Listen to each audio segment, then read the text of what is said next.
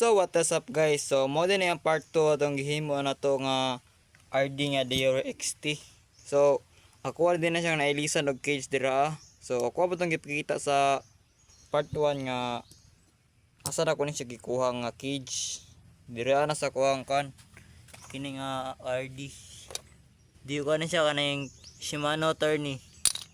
Tapos ako din ang gitabasan diri adapitaw, kasangit man siya diri sa kuan, di na ko tabasan. So muna na yang porma guys.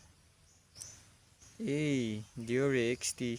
Tapos ato na siya ang butangan og puli. So ako ra sa danang DIY diri guys no.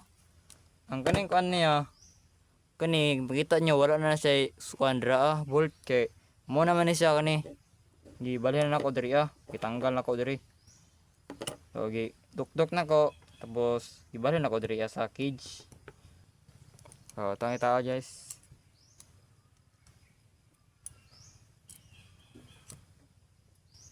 So akong problema kay ang bangag ana niya na diri sa kuan tapos diri ra man dapat yang street kini.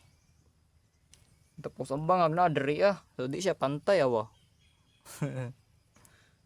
So ako ang buhaton kay diri lang unta na ko ibutang diri na lang sad na ko ibutang.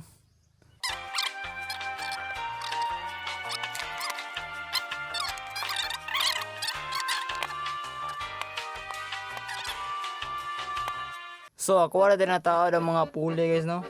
Dragos na guys ya. So ato na bali ako kay mo yung himo kong trade. Ako sang gikuan diri gibutang. Hintay bolt. So ora na siya. All working. So kailangan na nato ni testing.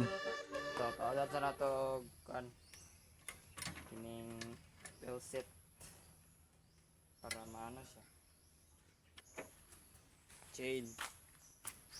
Ibit natin yung chain. Kailangan na to kwaon niyo kay masangit man. Aray ko po.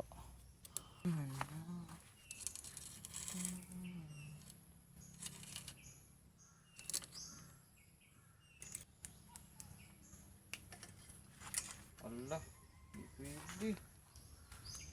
Bitay ang kuan.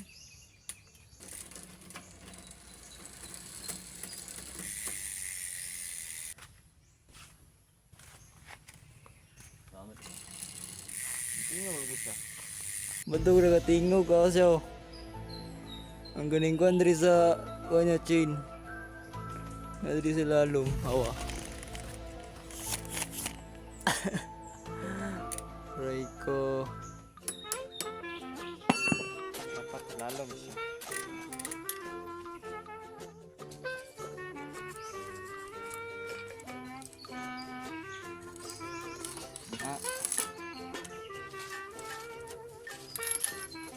Aray ko.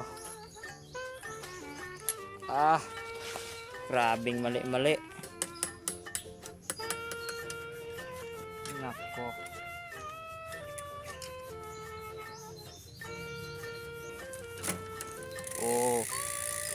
Goods. Ganyan dapat ganyan yung setup niya. Wala diri sa ilalom ba. Adjustan sa nato ang screw kaya mabalin-balin siya.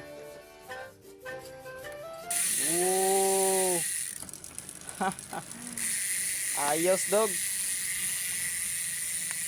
Success ang Dior XT. Kaso bitay kay siya. Umoy iyang spring. Umoy ay.